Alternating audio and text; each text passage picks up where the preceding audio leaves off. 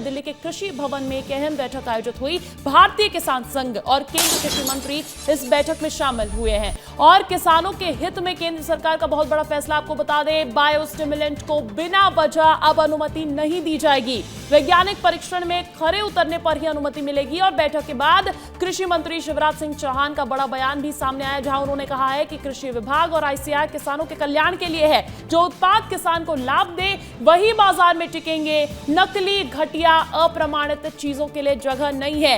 भारतीय किसान संघ और केंद्रीय कृषि मंत्री की ये बहुत महत्वपूर्ण बैठक, जिससे बहुत बड़े फैसले किसान हित में, कृषि क्षेत्र के हित में, कृषि उद्योग के हित में निकलकर सामने आई है। दिल्ली से सहयोगी अमृत तिवारी फोन कॉल पर जुड़ गए अधिक अपडेट्स के साथ। अमृत, सरकार वैज्ञानिक अनुमति के बिना बायोस्टिमुलेंट्स की बिक्री की अनुमति नहीं देगी। ये फैसला क्या बदलाव लाने वाला है किसानों के लिए और दूसरी तरफ सरकार के लिए भी?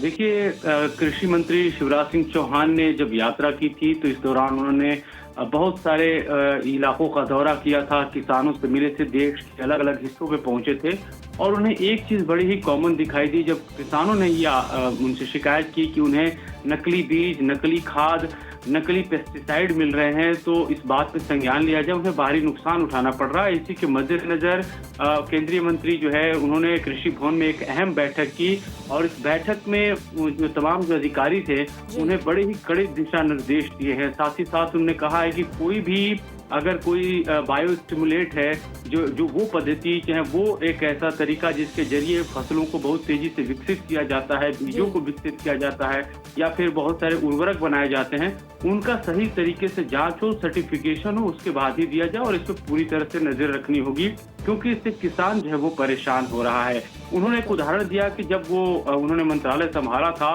उस दौरान तकरीबन 8,000 से ज्यादा ऐसे बायोस्टिमुलेट थे जिनके जो प्रमाणित नहीं थे और बाद में वो घट के 650 ही रह गए थे।